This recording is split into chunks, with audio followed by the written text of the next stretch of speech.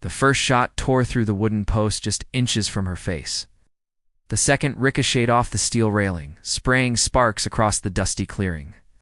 By the third, the female medic lieutenant Mara Hale was no longer frozen. She was breathing in sharp, controlled bursts, hands trembling, not with fear, but with something deeper.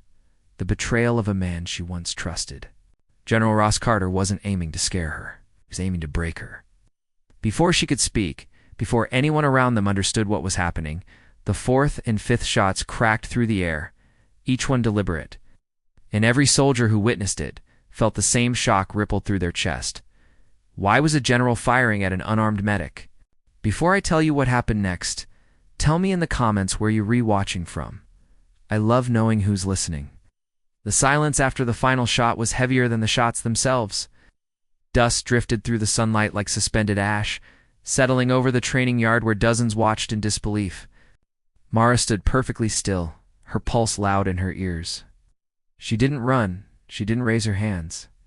She simply stared at the man who had once congratulated her after her first deployment, who had once told her she was the medic he wished he'd had in the field.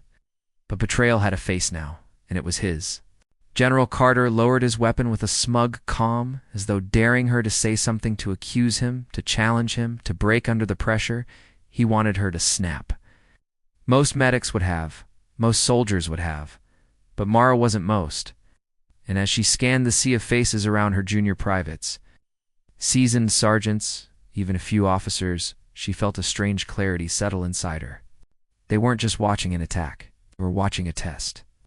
One she never agreed to, one she wasn't prepared for, yet one she somehow understood with chilling certainty.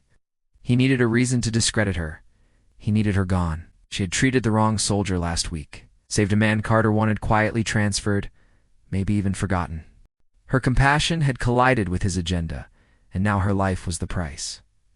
She took one slow step forward. Soldiers whispered, a low murmur rolling across the mess like a rising tide. Some looked at Carter with uncertainty. Others looked at Mara with newfound fear or respect.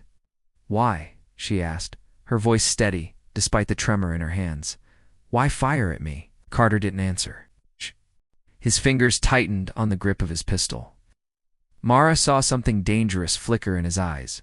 Panic, not power. And suddenly, everything clicked. He wasn't testing her strength. He was terrified of her truth. She thought she'd never see him unravel. She was wrong. Before he could lift the gun again for soldiers ones she'd treated, ones she'd pulled through heat stroke, shrapnel, dehydration moved as one. Boots pounded the ground. Arms reached in, fast, coordinated, decisive. In 2 seconds, the general was surrounded. In 5, he was disarmed. In 10, he was on the ground with a knee on his back, cursing into the dirt as the entire base erupted into shouts and disbelief. The soldiers didn't look at him. They looked at her, because they remembered the nights she stitched wounds under red lights, the hours she went without sleep to revive a fallen trooper, the quiet way she encouraged them through fear without ever asking for recognition. She was a medicabut. She had led them in ways Carter never could. As the MPs dragged him away, Carter spat one last venomous warning. "You're ruining everything." "No," Mara whispered, her voice barely audible, but heard by all. "You nearly did." The murmur softened. The wind carried the dust away. For a long moment, no one moved.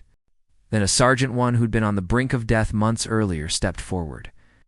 His salute was sharp, unwavering, full of a gratitude she had never asked for.